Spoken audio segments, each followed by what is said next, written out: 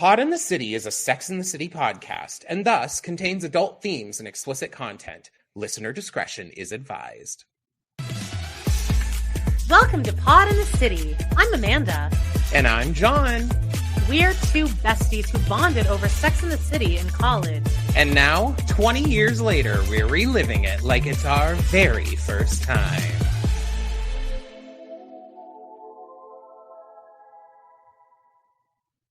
It's Pod in the City, and today we're ranking every single episode of And Just Like That, Season 1.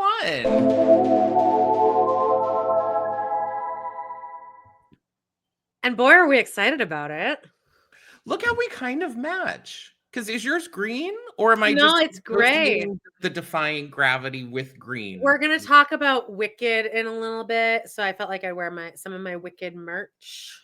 Well, I mean, there's hot goss on the Wicked train. So, hi, guys. Hello, everyone. It's Pod in the City. Today, we're here for something a little different, like a kind of a little edging before we get to the finale. Yeah, because Joan is in Hawaii right now. Well, that too. But, you know, that too. But people who are listening to this at random times, I'm likely not there. But if you are one of our tight listeners who is there day of, you're on this ish, which everyone should be. In fact, you know what you should do right now? Hype. Subscribe, hit like, and hit share. And if you're really cute, hit hype, baby. We keep getting messages being like, I don't know why you guys don't have more subscribers. And we're like, we don't get it either. I mean, we could probably do a lot more. We do. Oh. I like crossover people who like I message with a lot of people. I actually genuinely do consider probably like at least 30 people between podcasts like my genuine friends. Like if I was in their town, I would go and meet them. I'm so glad we have you to do that cross-pollination because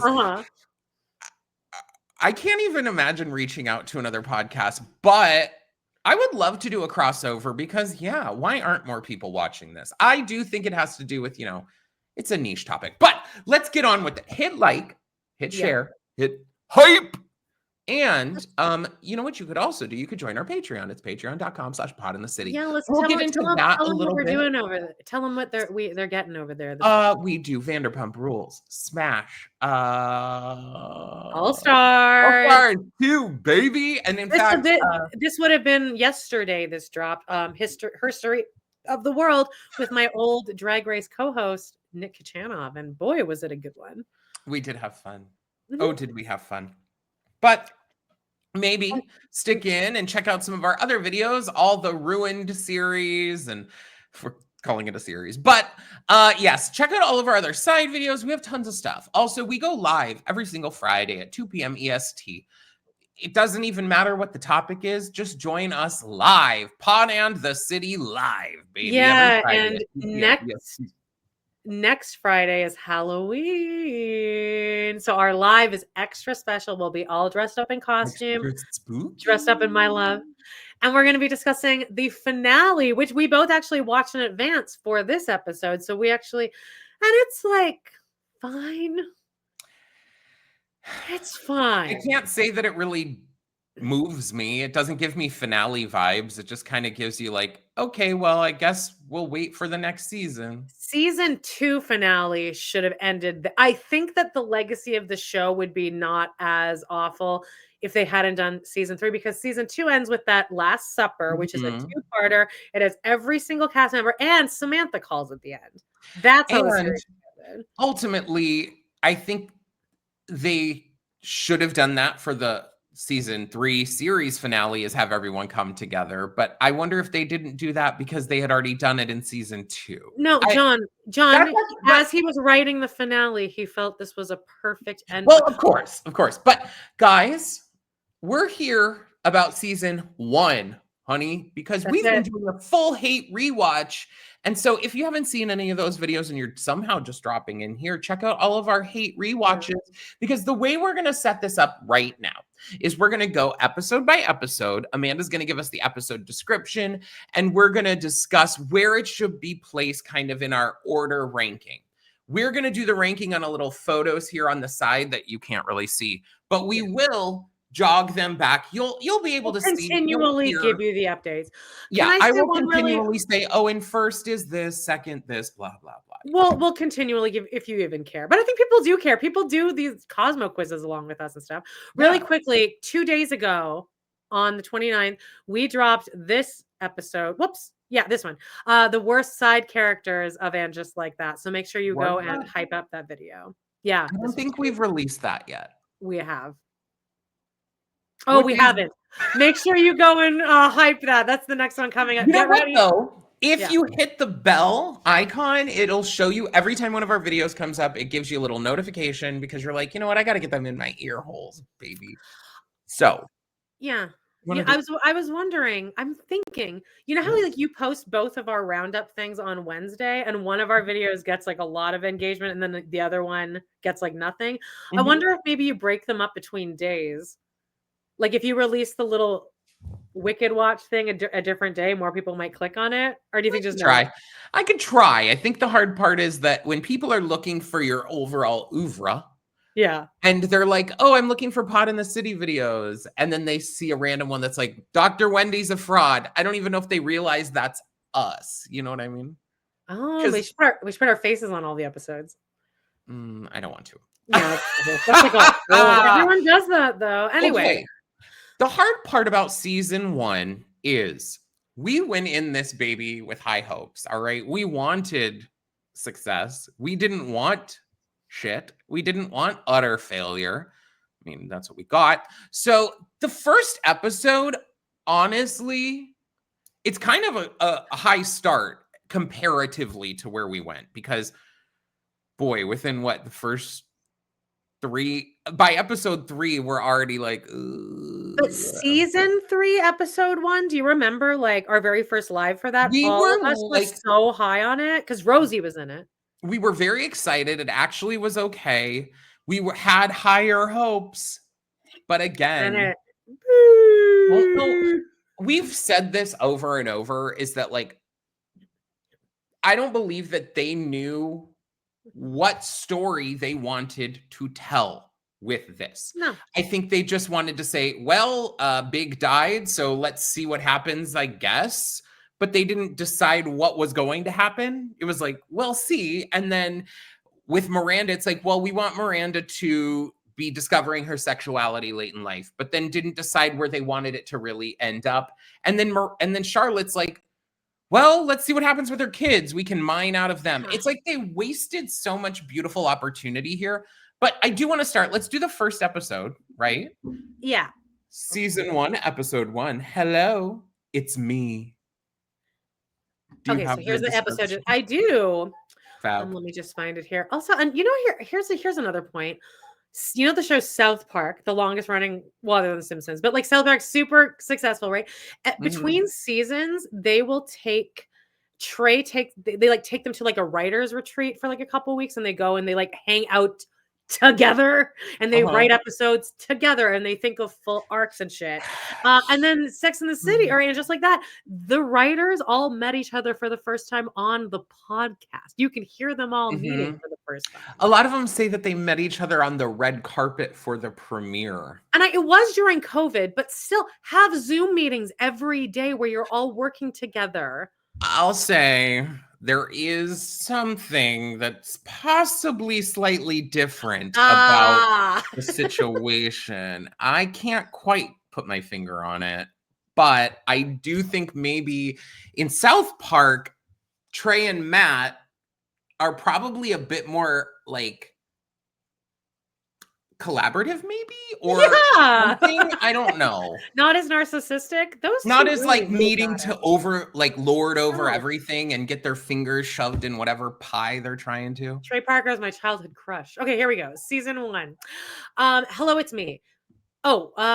Carrie, Charlotte, and Miranda, now in their mid-50s, remain best friends. Perpetually squabbling couples, Stanford and Anthony are still close to them, though Samantha has fallen out and moved to London. This is where Big dies at the end. Okay, I want to make a point just by you saying, so we find out that there was a thing about Samantha, fault, whatever. Someone made a point, and I'm like, why in the hell have I never really thought of this? And maybe we did mention on it when we talked about all of this, but like, if if Samantha wronged Carrie in this way, which is so dumb anyway, can't Charlotte and Miranda remain friends with Samantha? Or are they just like, well, you've hurt Carrie, so fuck you, lady? Like, I think Samantha was like, you know what? Fuck y'all. Well, I agree, but the show portrays it as though Samantha has wronged Carrie in this. Yeah. This again, she's a stupid reason.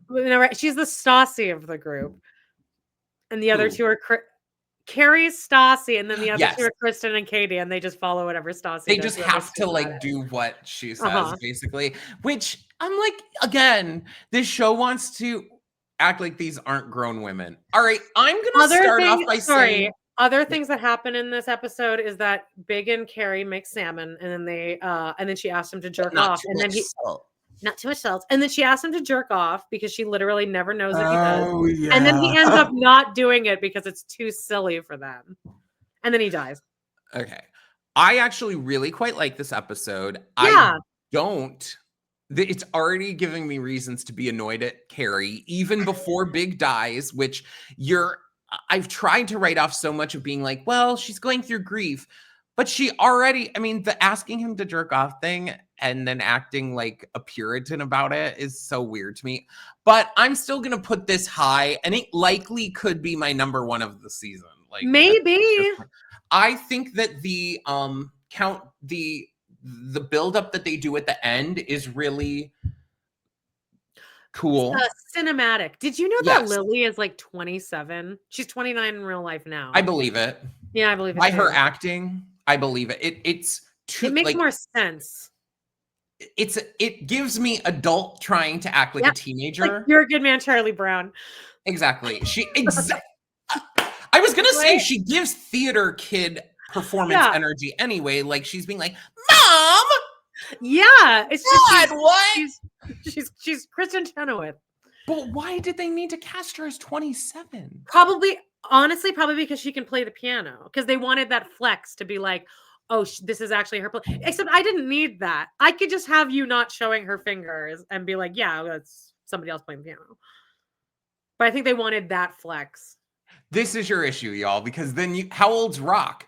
Because they try and make Rock Rock's act like the correct age. Oh yeah. They're like, Mommy, hold me and read me. The part when Lily gets hit in the door with the face in the face with the door, she acts like she's 8 years old, and really she's 20. I can't. Okay, I'm putting this as number one. Sure, all right. For now, I'm gonna also throw these just up here above. I was just gonna say title, so we can kind of have an idea.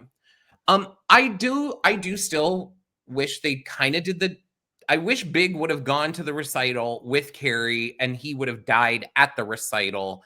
I still really love the idea of everyone standing up at the end and seeing the hole where Big is still sitting. I forgot about that. But you know what? We could, as two people that have done a lot of theater and in like old folk areas, we both have experience with people dying during a show, and the show must go on. It always does. I used to do a half-hour delay, and then you're back. I used to do theater for young audiences where you would tour to schools, and the amount of times that kids would throw up, run across the stage, run out of we've seen it all. So, and then there's always like a questions from the audience at the end where you're talking to the kids.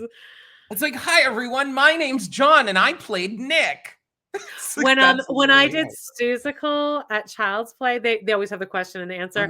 And I answered one question and I was so awkward and like freaked out that they're like, you just they did. They're like, you never have, because I freaked out. I was like sweating and my whole face was like eggplant purple by the end. Well, they want to give people the chance to do it, but maybe if the person doesn't want to do it. I did not. Second episode. Okay. Actually, I kind of love this episode. I did too.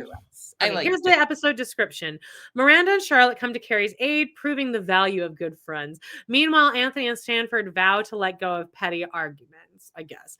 But it's Big's funeral. I think that one of my favorite parts in this episode, and I wish they maybe had explored this throughout this entire series is when you got to relate to Che because Che gave Big Secretary a tissue. I think that was comedy because you thought that because they were talking about how they were gonna like bounce everyone out of the wedding or the funeral. But a cat just walked across. Okay, when the montage is playing and Susan Sharon, who I just found out yesterday is based on Dorinda Medley, and you knew the whole time, when Susan Sharon says, "Is it just me or does anyone not remember what a prick he was to her?" Could we not have explored that? Would have been fascinating. Is it as Carrie mourns him, she gets more and more mad, like, fuck, that was a fucked up thing he did. That was a really fucked. And then she's like finding things. And I wish that I wish that they had got committed to a story where he gave Natasha that money because they have a love child. Like she got pregnant right at the end of their marriage.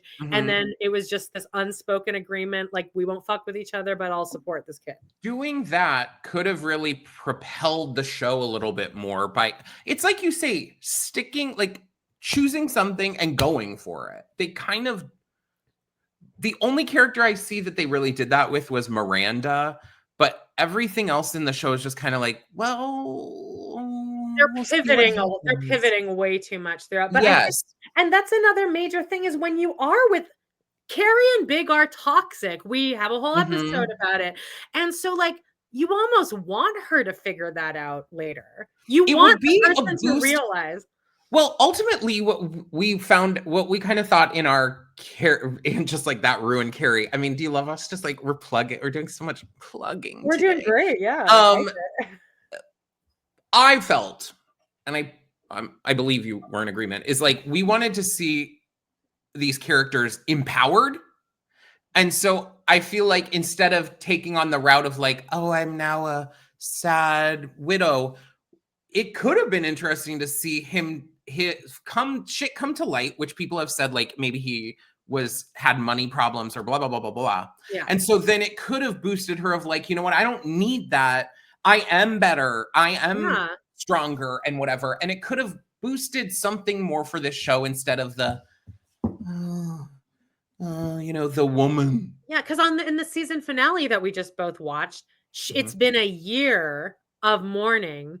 And I'm like, well, I mean, I guess you were mourning. You seemed like you were in a bitchy mood all season. I think it's been more than a year because her hip surgery was a few months. Then they had that episode where 6 months or more passed in one montage. I really wish they'd gone more a route of her realizing what a fucked up relationship, because that is also relatable that I went through that when Jody had her divorce. She's like, I'm noticing now like all this shit that happened in my marriage. And so that's super relatable. But no, Big has to die as this amazing hero, but he was a prick to her. I can also say something that commonly comes up when someone passes away too, is you do start to think of some of the bad things about their life or who they were, what they did. But you go through this thing where you're like, that isn't how I want to remember the person. It could have been something interesting, something. Instead, it's like, I think my husband is coming and turning a light on because I met another man once. It's like, okay, Carrie. And Miranda was such a bitch in that episode. She's like, God doesn't exist, Carrie. Oh, grow up. See, and I'm not a big person on like, I lived it. That's why I'm not really big on it now of like religion stuff. But like, and most of my friends are not, I mean, I don't really have super close friends that are like super like religious. A lot of millennials are agnostic. Yes. I would say my friends are like, they believe in something, but like they don't go to church or whatever. And and so I can't imagine for a second me approaching one or just talking to one of those friends after their husband has died. Yeah. And they're saying, yeah, I'm just wondering about like heaven or whatever. And me being like, wait, I thought we were on the same page here. I thought we were on the same page that your dead husband now, when he's dead, all he saw was darkness. Fuck you. We're not friends. Like I think she tells her to grow up. It adds into that thing of where we're like, are these people friends? These are friends of 30 years and you don't interact with each other. Okay, so we're already off on a tangent. Is it this one? Yeah, okay, so I like Little Black Dress better than the pilot, actually, I think. Because Bitsy's in it and Susan Sharon's I would agree. Susan Sharon I need to remember that she is on my best of list. Yeah, Rosie's got to be on there too. 100%. I can't wait to do Sex and the City ranking side characters. That was such a good idea. Brianna gave us that idea. Okay, so there we go. Well, that was the wrong one. I moved it up. You moved the wrong one. Ah. All right. Just, you know what? Here, I got it. Episode 3, When in Rome, baby. Say in this picture. Okay. When in Rome. This is a good episode too. This is with Natasha. I feel like the show, the first 3 episodes was like a bait and switch. Okay. Carrie learns of a surprising development involving Big's former lover, Natasha. Meanwhile, it's not his lover, by the way. That's his ex-wife. Meanwhile, Charlotte worries about how to handle a daughter's revelation, and Miranda ponders the state of her marriage. I think this is the first time that a shotgun happens. I can't say that I like this episode because it includes Che's comedy concert. And while I can look at it, kind of iconic, though. This is the problem. How are we ranking? I don't know. When we ranked the episodes of like season 1, 2, and 3 of Sex and the City so far, we've ranked it from a perspective of heart and like, is this a good episode? Is this like a how exhilarating? Is this good? Yes, the comedy concert. So in my mind, I do want to be like, well, I would put Che as one of the best characters of And Just Like That, because in my mind, they made it the mess it was. But yeah, like I wouldn't call that good. The lore of Che is so fat. Like it really will be studied, I think, in like film and TV classes. But the problem is, the comedy concert alone has to bring this episode down because it is so bad. Think of it this way. If you had like a guest staying with you overnight or something, and they're like, show me any episode of And Just Like That. I've never seen it. This might be a contender. You got Natasha. All 3 women are in it together. None of the side characters are in it. And you got the comedy concert, which is like everyone should watch that once in their life. Oh, wait. Fuck. Actually, you're right. Thanks for reminding me. I do like the Natasha part. Yeah. And I do like the fact that the other people aren't in it. I do remember. I love that. And it's kind of madcap where they're like they're like stalking Natasha. Carrie wears the bounce. I'm sorry, though. I still can't get over. They want us, the writers, want the audience to think that Che's comedy concert is good.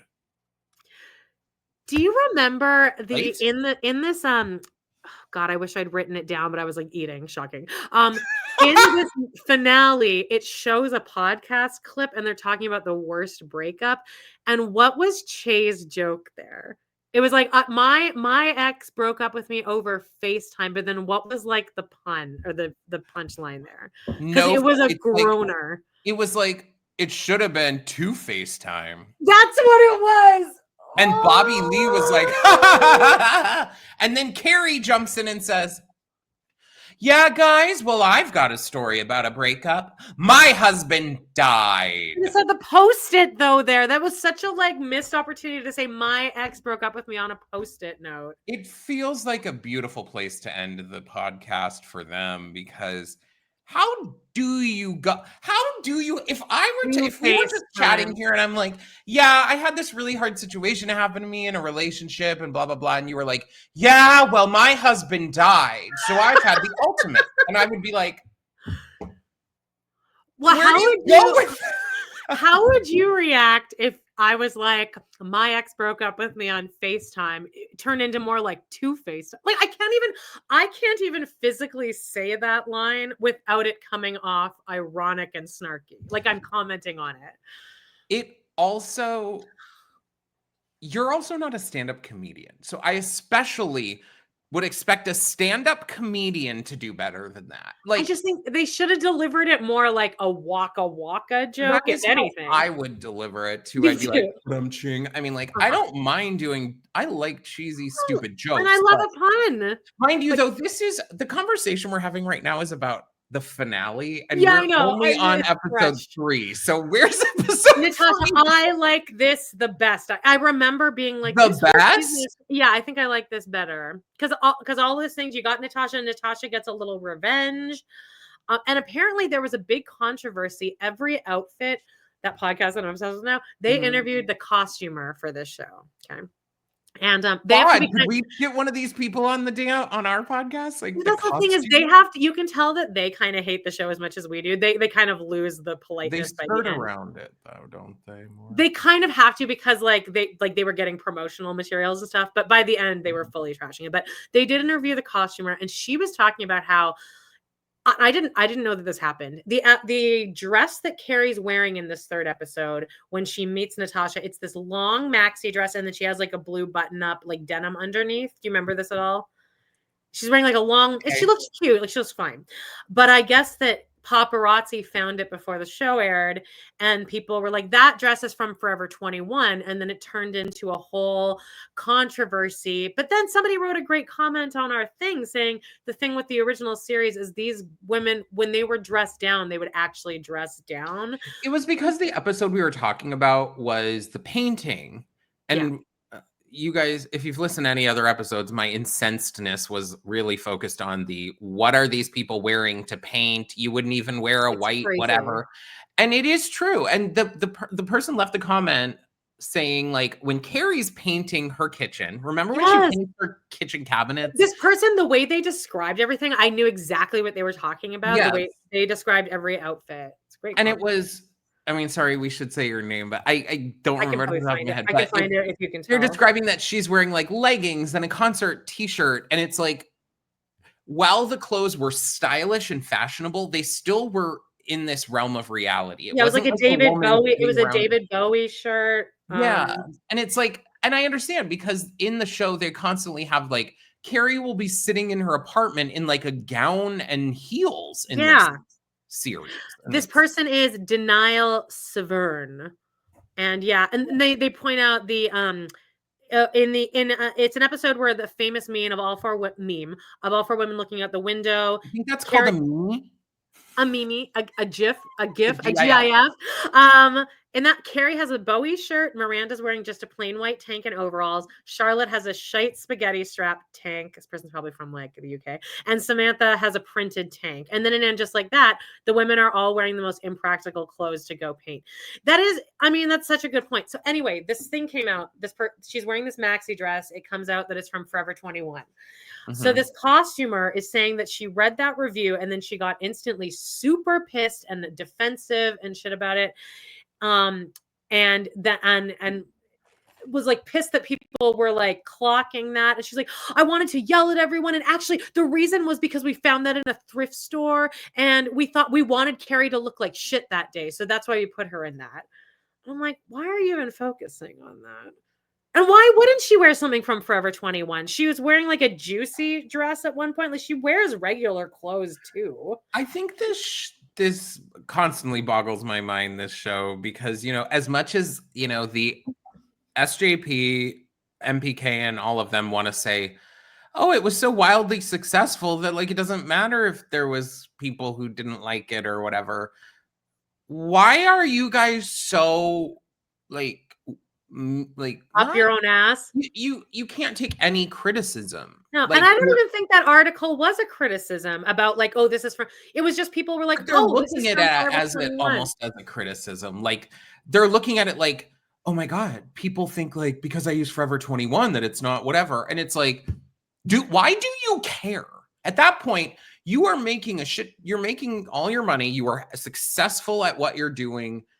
And you care what someone on the internet is saying about you or an article is saying about you choosing a Forever 21 dress. What does that even have to do with anything, actually? And I guess it turned out to not be a Forever 21 dress. She's so specific to say. And I'm like, okay, well, like, who cares? Again, let's watch Carrie put together, in the old series, she would put together outfits of dress down things and it would still look so cute and fabulous. You know what we never really saw Carrie doing is like genuinely shopping. Yeah, that's true. Like even shopping for shoes. Oh my God. But you know what? In this season 3, when she's hanging around her like house of ghosts, all of her dress down outfits were crazy too. They were like long, flowy. The one that sticks out in my head was the one that has the silk roses, like, which I liked the outfit, but she's sitting there like writing, and she has like a full gown with a coat that has silk flowers with the stems in them, like ingrained. Oh yeah, yes. Which I'm like, cool. That's a standing outfit. That's not a sitting, and we're supposed to believe she's sitting in it writing her article or whatever. Yeah, it makes Carrie seem crazy. It makes her seem like New York's gotten to her. It again takes this character. This could be in our ruined Carrie video still. I mean, I won't get over it. They have made this character into so like they've just taken the show into such a far place from realism. And I'm sure people out there will be like, well, we don't want realistic stuff, but you can still be out there and still have your characters be able to connect to the people watching it. Yeah, if I'm watching a show, I want to connect to these characters. I don't want to look at them and just be like, wow, what a wild life people live in New York. No, you like look at Elena from Billy on the Street. She's like super eccentric, but she's like pure New York. Like, so eccentricity exists. I saw, I think it was a TikTok comment somewhere where people were like, you know what? Who I imagined Carrie to be was the lithium lady. Remember the lady who is like, I cracked up lithium and put it on my ice cream. And it's like, wouldn't it have been fun if Carrie went kind of more like we talked about? Anyway, the lithium lady never really even came across to me as that bad. She was like really old and kind of fabulous. Enjoying her life, bitch. No men around. If I'm out by myself at a restaurant having an ice cream with crushed up lithium on it and I'm 80 years old, don't even come near me. Oh, when I turn 80, I'm gonna drink. I'm gonna start drinking again, just like Elaine Stritch did. That's how I plan to go out. I do say, I'm like, when I'm like, if I live to be like 95 and I'm old, I will be high all day. I want to do heroin. Story. Okay, so I'm gonna rank that as number 1, and then the pilot's 3rd for me. I'm fine with that because I think the pilot wasn't necessarily an amazing piece of television. And when it did air, people were immediately disappointed. So it's not like it had this great, they did treat Bitsy like shit immediately too, which I won't get over. Justice for Bitsy. Episode 4, some of my best friends. Sorry. Okay. As she looks to move forward, Carrie meets with self-made real estate broker Seema Patel. Okay, so we got the intro of Seema. Charlotte plans a high-stakes dinner for LTW. Miranda and Naya connect over the frank realities of motherhood. So this is going to be my last on the list right now. This is a meh for me, but I do like her meeting Seema. But that's it. It's nice to have Seema, and I actually do like Charlotte does become kind of a white savior at the end in that dinner party where she's like, no, actually, this art is really great. But I didn't mind that story. Like, story-wise, like writing-wise, it's actually an okay story where they both were worried that they would be the only white or black friend. Understandable and realistic storyline. The way they wrap it up maybe wasn't the best, but also it does start into this thing of them deciding the story that they're trying to tell, which again, guys, if you've listened, I am very woke. Amanda, hates wokeness, but I don't know. I don't like cancel culture. I think everyone needs to relax. And so this is kind of where we already start to somewhat have some stumbles because it's becoming apparent that they're really trying to do almost damage control from what the first series was.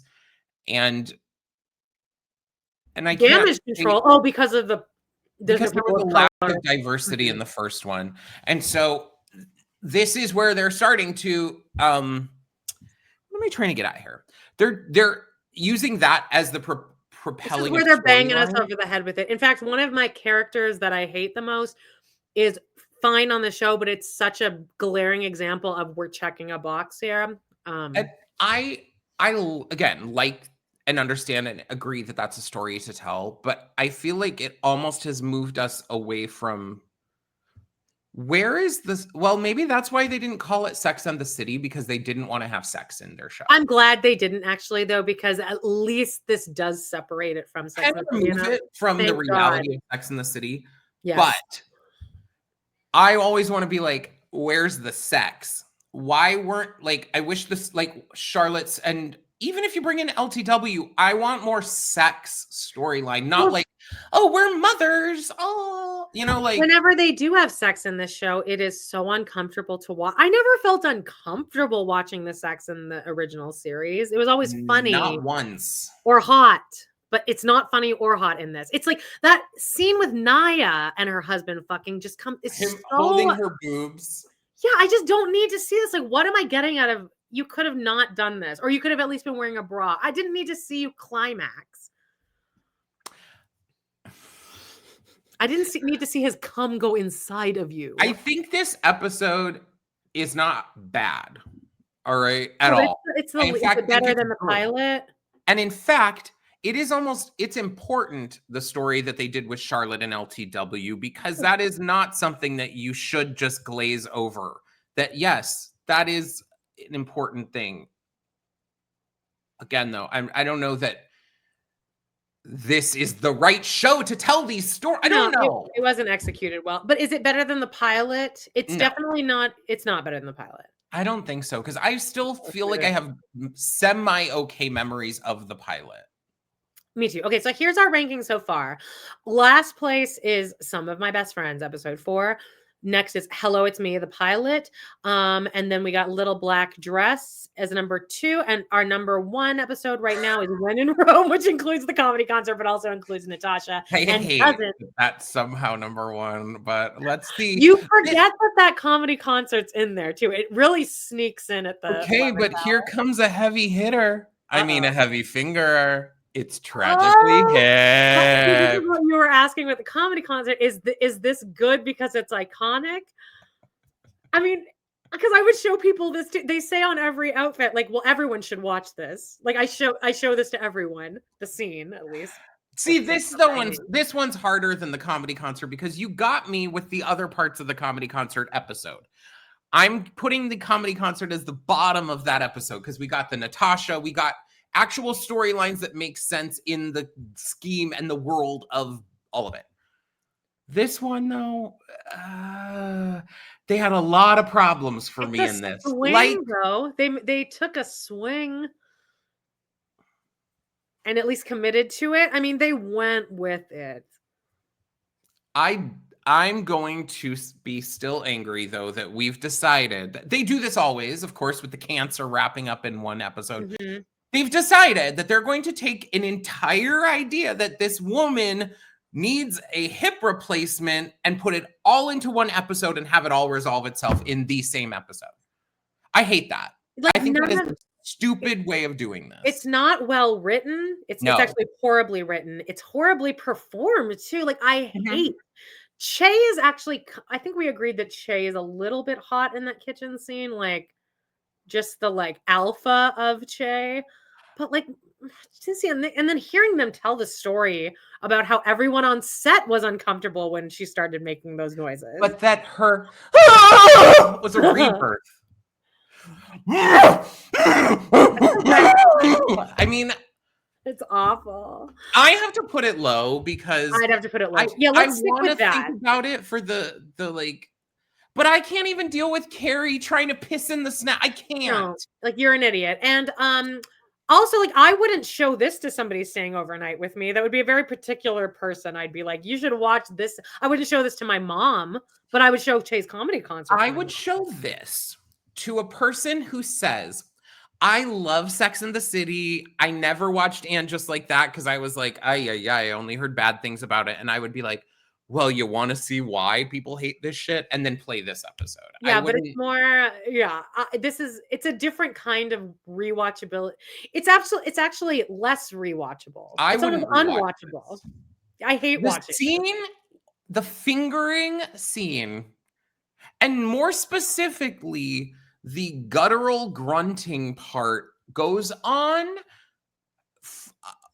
for 5 minutes. Just And her. it's just a finger too. Like you've never been fingered like that. Like there's only so much you can do in there. It's not They that also much explain space. it's only one finger.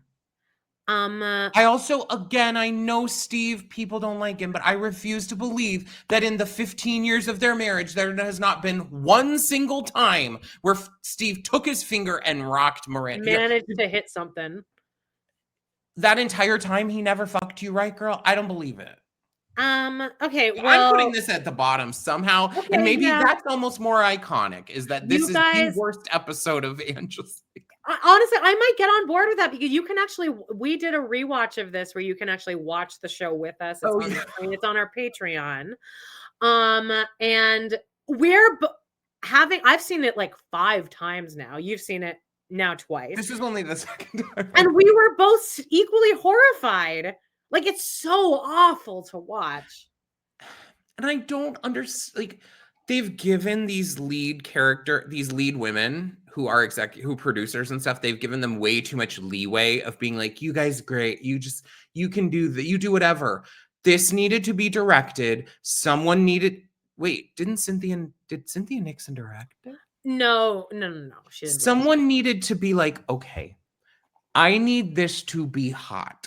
I need the audience members to not be but I think that's holding their hand over their mouth, gasping that they're like, is she okay? Samantha Irby thought it was hot on the podcast, remember?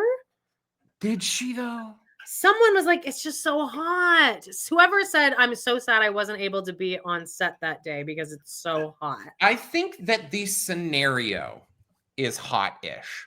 The being in the kitchen taking shots with someone that you have like a thing, like you have a thing for, and then you're sharing a joint and you whatever, that is hot. And I will give the most tiny ounce of credit to Che Diaz as being minorly hot. But Miranda and Cynthia Nixon takes that scene to a place where I am grossed out. I might as well be watching an operation happening on a freaking table and someone's cutting someone's stomach out. Seriously, like I'd rather watch that. Someone's eyelid open. Literally, it's like it becomes a scene from the movie Hostel. And so I don't know. See, I don't think it's as bad as I'm making it out to be right now. But I'd rather rewatch Some of My Best Friends than rewatch Tragically Hip. So the reason to watch Tragically Hip is like for the bit of it. But then you're not watching it because it's like funny or enjoyable. It's almost like a human centipede. I'd almost put it more toward Human Centipede, where you're like, oh God, how did this happen? It's the most memorable moment of the series. Yeah. And that's probably why it maybe not memorable. It's the most talked about or most. Yeah. Okay. So I'm going to put that at dead last though. Great. Next we have Diwali. Oh, I remember this pretty high. I think this one was pretty good. Yeah. Can you remind us? Carrie's giant leap for her future self-help. What? Oh, giant leap for her future self helps her embrace the past. There should have been a comment in that somewhere. With a confession, while a confession from Miranda shocks Charlotte. So this is that picnic scene. Also, Anthony asks Carrie for a favor. What? Oh, to go, they do the facelift scene. Oh, here. To start anew, Carrie buys an ultra-modern downtown apartment. Charlotte is dismayed when both Lily and Rock want to update their shared bedroom to reflect each person's individual taste. Naya recruits Miranda for a student project to renovate old apartment buildings into displaced women's shelters. Seema invites Carrie to her family's Diwali. She pretends like she has that Doctor Without Borders. Charlotte praises Miranda for her quitting drinking. Oh, yeah, that's right. Miranda quits drinking last episode. Okay. This is an unfortunate one, the more you reveal, because I will say, the more that I'm remembering, I'm like, oh. Yeah. I love the Diwali storyline. I think that is fabulous. And I think that is an amazing way of showing the character of Seema and that her parents have wanted to arrange something for her, that she's struggled her whole, that part of this, Carrie and Seema's storyline in this, fantastic. In fact, I would put that very high. Every other storyline, terrible. I hate every other scene, part. I think is good. I do like the scenes when it's the 3 women together. So I'd also put that a little high. So I'd put this somewhere But higher. I don't like the plastic surgery. Jonathan Groff. Especially because he's like, to Anthony, he's like, your skin's perfect. You're sexy. You're hot. I don't want your money. Muscle tone. And then he gets to Carrie and you're like, you're old. Really?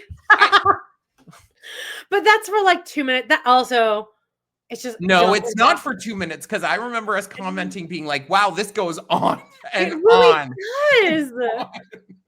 Okay, well, but that aside. I'm putting it higher than the finger banging, higher than Some of My Best Friends, but I don't think it's better than the pilot.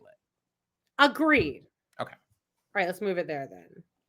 Perfect. I'm going to let you do that because if we. Okay, so now last place is Tragically Hip, then Some of My Best Friends, then Diwali, then the pilot, funeral episode, and When in Rome is still number 1.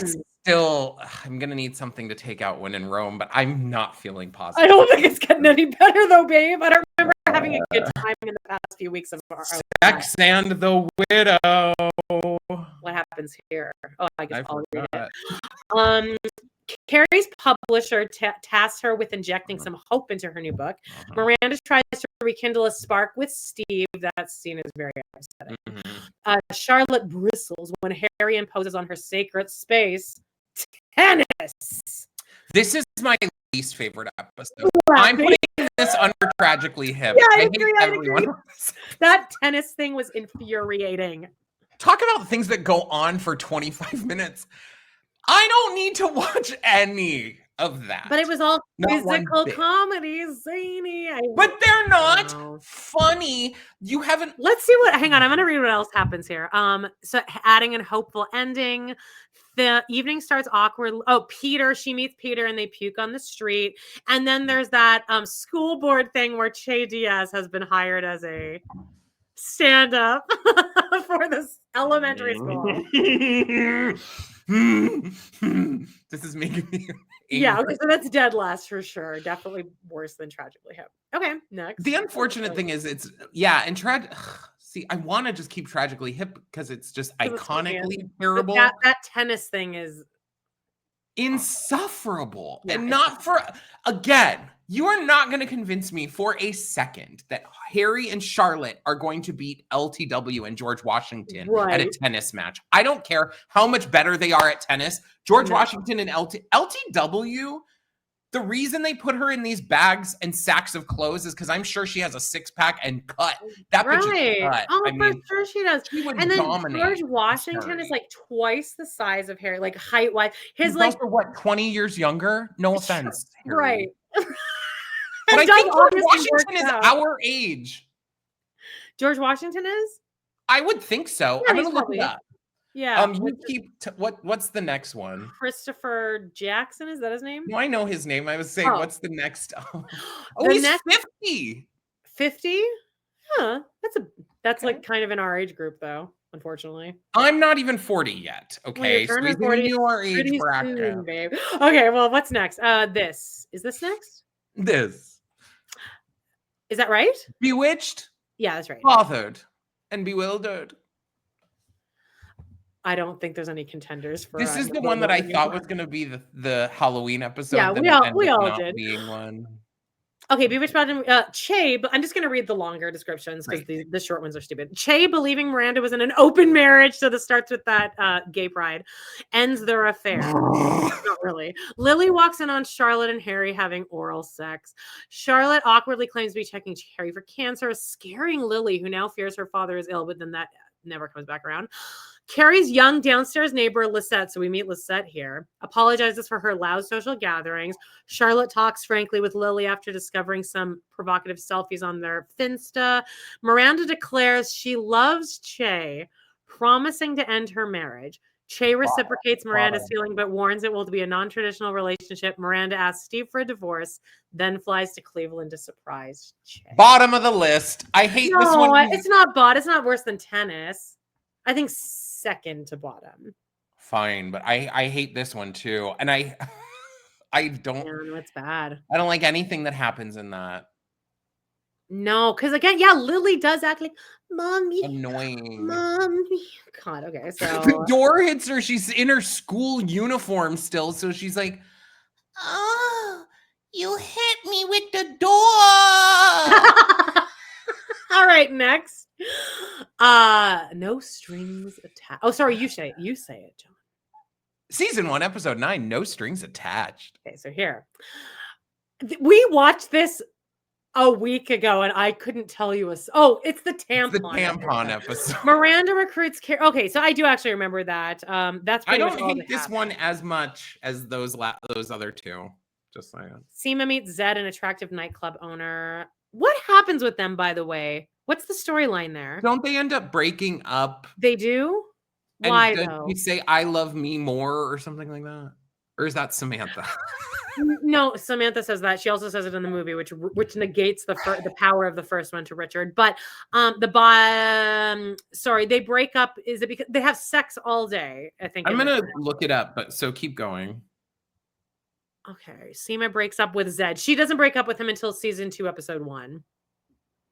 So they're together 2 episodes. Yeah, but it's after learning he lives with his ex-wife, which does seem like a crazy story, but that is truly such a common thing because all these men nowadays get divorced, but then they don't want to have to pay their wives, so they were like, "Well, I'll just live with you." Yeah. Jody's husband tried to get her, ex-husband tried to get her to do that too. My dad tried to do that to my mom too. I found out because it's expensive to break up, Joan. Okay, so we're married in the first place at this point. I don't know why you would. Okay, no strings attached. Where are we putting this? It was maybe one of my favorite to cover because we had a really fun live chat about periods and tampons. And that was fun. But the episode itself, Charlotte acts crazy in it. Lily acts annoying in it. What are you looking at? I'm looking at the ranking. Does it look like I'm just like I'm looking at the side here. I'm trying to. I think it's. Okay, so is it better than Sex and the Widow? Yes. Tennis. It is better than that. Is it better than Bewitched, Bothered, and Bewildered? I already forget what happens in that. Shay flies to Cleveland, or Miranda flies to Cleveland at the end of this one. And we have to deal with Lisette. I can't with this episode. I think it's better than that. Is it okay? So is it better or worse than Tragically? Is it more watchable than Tragically Hip? I think yes, because you do kind of learn some stuff about tampons in there that are funny. Like when she says, "Sometimes it's usually up in your tushy crack." I like that line. It does also bring all the characters together, but Steve is great in it too. I'm gonna argue. Yeah, they do a pivot after 2 episodes of not seeing these characters to now we have a 10-minute scene about Andre Rashad wanting a baby. So. But at least all the characters are in there. I'd put Tragically Hip over this. I would rewatch Tragically Hip for its iconicness. This is just like a nothingness to me. Yeah, okay, that's fine. I'll go with that. Except Steve and Carrie do have that good conversation. That's a good scene. Steve is great in it. Was there any redeeming quality of Tragically Hip? Let me see what else happens in Tragically Hip. Charlotte coordinates Carrie's post-hip surgery. During a Zoom meeting with her school mom friends, Charlotte learns that daughter Rose now. Okay. Oh, but Carrie does her podcast from home, and then she tells that Samantha story. So we get like Samantha texting. That's what I just thought of, is Carrie wearing the silly hat, telling the story about Samantha. Yeah. She also gets taken home in the Hot Fellas truck by the Hot Fellas guy. All right, that is a little more rewatchable. That above the painting one, because it is way too much about like, I mean, this sounds so glib. Guys, I am charitable, but it is very much like, oh, we're all going to get together and do charity work. Yeah. Okay, here we go. Joan. Oh, episode 10, Seeing the Light. Okay, Carrie and Peter's redo date amicably ends prematurely with neither ready to start dating. Seema spends a passionate 3 days with Zed. That sounds like it reeks. Miranda declines. They're also on the smoking floor of the hotel. Oh yeah. Oh, gross. Ew. Imagine. That whole room smelled like pussy and cigarettes. Jizz, cigs, and puss. And sweat. I'd vomit. No. I would be like, no. Okay. Shay's producer Franklin offers Carrie her own podcast. A transgender rabbi has agreed to officiate Rock's They Mitzvah, but Rock refuses to participate. Miranda leaves for LA while Brady and Louise. Oh, Miranda dyes her hair back to red. This is all spoilers for next week, guys. Back in New York, Carrie's first Sex and the City podcast is a success, except they show the podcast. It's a call-in show, which is what we all thought it should be. But the woman is like, the woman on the phone is like crying. And then Carrie's like, I don't know. My answer is, I don't know. The woman's like, what? Carrie's like, I've learned that you don't really know in life. And then the caller is like, that makes me feel better. I'm like, a Delilah, you are not. Carrie. I'm not sure why we didn't just start the season and your entire series with someone offering Carrie a podcast on her own. I did not need the she, he, they, them, whatever the hell they called it. She, me, and they, or whatever the freaking call.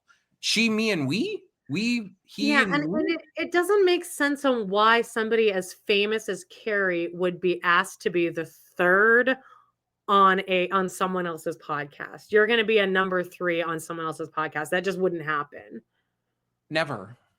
That's like having like Will Ferrell is going to be the third on Doughboys. It just like doesn't make sense. The Dough show. The show struggles to establish just how famous Carrie is. Oh, I thought you were going to say it fails to establish what a podcast is. Because at one point in this episode, Carrie says a joke that they all find is funny. And then Carrie goes, well, Franklin, let's go to a caller. And Franklin's like, oh, there are no callers. And I'm like, yeah, because it's a pre-recorded podcast. Also, just call it a radio show then. If you want to have a live show with call-ins, then just call it a radio show. I know that a lot of podcasts have producers and stuff, but like they don't have this many. It's just hilarious because like the two of us are like just on like StreamYard and we're like in our houses by ourselves. And so the idea that there would be a person behind glass watching me right now, like I guess contributing or telling me what I would be like, how much I would love if we could be in the same room. That would be so great because there would be no delay. Mm-hmm. I know on me and Jody's podcast and on me and John's, I'm sure that it sounds like we're constantly talking over each other, but there is a half-second delay, so it is hard to tell when the other person's about to like finish talking. It is hard, so that's like a benefit to having a podcast in the same room together. Well, also the conversation just is more naturally flowing because it's just different. But I promise you, if we were in the same room, you would not have we wouldn't talk over each other. There is a delay. I just have to keep saying that. You don't think we'd talk over each other? Where are we putting this final episode? Okay, let's see. Let's go from the bottom here. Is it better than Sex and the Widow? Oh, it ends with her dumping the ashes. She has a fight with Miranda in that bathroom, which I guess is good. Is it better? Let's go with Tragically Hip. Is it more watchable than It's not more watchable than Tragically. No, because it's just kind of meh. It just is kind of like middling to me. The bat mitzvah is weird. I like the idea of that. I do remember on our first watch, I remember just laying into Rock about being like, just go through with it. And then we had some commenter that was like, yeah, I was forced to do that too. And it was... but even to this day, I still am on the team of, okay, religious aspect, whatever, like don't, but at this point we have created a party, just go do it. Like, I agree. I would literally tell my kids, just go up there. We've paid all the money. Yes. Put your hand behind your back and cross your fingers. You're lying. I don't care, but you can tell everyone tomorrow you're not actually going to be Jewish. Yeah. But we've now spent $50,000 to throw this party. Just go up there and do the dumb thing. Okay, so is it better than Diwali? No, it's not better than Diwali. So, is it better than some of my best Diwali friends? Had better side stories because I like that episode. I just hate most of the things. I think I would rather watch this finale than some of my best friends, just because some of my best friends is almost kind of good, which leans boring a little bit. Yeah, I would agree. Okay, so it's just better than some of my best friends, but not as good as Diwali. Okay, I'm happy with this list. So I kind of want Tragically Hip. You know what, though? I'm not happy with this list because ultimately, when we would rank the Sex and the City episodes, it was like, oh my God, this episode had these moments. This was so, this is like almost tragic doing this because it's like, Oh, which one was worse? Like, which one is less bad than that? It's like, that was not Sex in the City. On Sex in the City, we would be like full on, like season 3 was rough, down to just little, like, no, we're like, oh God, what is it? Because all of them are so good. And then this is just like, well, because I look back at this list and I'm like, okay, I wouldn't even care to rewatch a single one of these then, because our number one episode is When in Rome. let me run you through season 3 of Sex in the City. We got Where There's Smoke, Politically Erect, Attack of the 5'10" Women, which is the wedding announcement. Boy, girl, no ifs, ands, or buts when she meets Aiden. Are We Sluts? Drama Queen, The Big Time. Now we're getting into The Affair. Easy Come, Easy Go, All or Nothing. Running with Scissors, my favorite episode. Don't Ask, Don't Tell. Escape from New York, the LA episodes. Then after the LA episodes, guess what? We got Hot Child in the City. Then we got Frenemies. Then we got What Goes Around Comes Around. Then we got Cock-a-Doodle-Doo. That's season 3 of Sex in the City. The comparison here is not a single episode in And Just Like That is as good as the worst episode of season. Yeah. Like, I forgot what we ranked as the worst. But again, every episode that you list there, the title relating to the overarching theme of each episode, and you knew what every episode was, didn't you? Like, when I said the names, you were like, "Oh, it's that." Yes, because that was the style of the show. It was like, and you wouldn't use the word bottle episode, of course, that's not it. But I more mean like it was contained. Like there were through stories, but there was also a containedness about each episode that made them more stand out more compared to this. So that's so unfortunate. Let's just you guys whose drum roll, please. Let's do the 10 through 1 of our ranking. Here's our official ranking for today of And Just Like That season 1.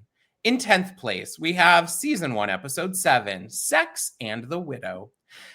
9th place, season 1, episode 8, Bewitched, Bothered, and Bewildered.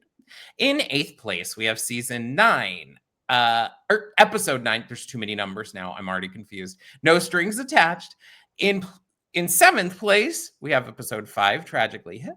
In 6th place, we have episode 4, Some of My Best Friends. In 5th, we have episode 10, Seeing the Light. The finale. 4th, we have episode 6, Diwali. 3rd, episode 1, the pilot, Hello, It's Me. Position 2, episode 2. It is episode 2, yeah. Little Black Dress. And our official, somehow, favorite episode. Should we use the word favorite? I don't know. I guess the best comparative episode of season 1 of And Just Like That is When in Rome and the comedy concert. I need y'all to comment right now. What is your ranking? What's your number 1 and worst? What's your best and worst? The reason I burst out laughing is because when I hear When in Rome, I know that that's a Natasha storyline because she says that she's in Rome. So I'm like, oh no, that was good. And then I look, and then I throw up the cover, and there's you forget that comedy concert's there. But I genuinely think if you were to sit down and watch that, you're like, this is great. When that comedy concert kicks in, I think you're like, oh, here we go. Like you get excited, I think. I think at that point, okay, the hard part is I didn't watch this as it was airing. I was resolute against it. I wonder, as it was airing, were people thinking, okay, this is going to be good. This is going to be funny. I'm going to laugh at this. And then Che does the set and you're like, what? I mean, what was the thought, guys? Yeah. If you guys listen to other And Just Like That podcast, let us know if there's any that managed to make the comedy concert because I think a few podcasts probably went the route of, well, we're gonna like this, but I'd love to. Was anyone able to spin that comedy concert to being good? Did anyone laugh at the comedy concert? Well, everyone in the audience sure did. I did. The unfortunate part about the comedy concert was they soured me so far that the very last joke was kind of okay. The last joke's good. But by the time we got there, I was so agitated by the rest that I was like, that's all the laugh I could and the joke was more just, it was a good point in a patriarchal society was the joke. It was more of a good point than ha. Yeah, and really, if you wanted to true. look at what Shay was really saying, it's not a laugh thing. It's more of a like depressing, actually. It's like this world sucks. But you know what? If you guys don't like me, you can suck my dick. And if you do like me, make sure that you hit subscribe, hit like, and hit share. And if you really like us, baby, you can come on over to Patreon and suck our dick. I don't know. Suck our dick over there. And make sure you hype. It's right down here under the share and like button. You can scroll where you click into the comments. You just scroll it over, and then one of them says hype. Then we get points and stuff. I'm still really kind of figuring out what it is, but I have been hyping our own videos. Oh, good. Ours, not me and Jody's. Ours. Well, we need it. So yeah. We love you guys so much. Yeah. And we'll see you later. Right? That was fun. Yeah, we'll see you. And John, I hope you're having a fabulous time in Hawaii and you don't have a sunburn. We love you. I'm going to be thinking about not this. We love you. Bye. Bye.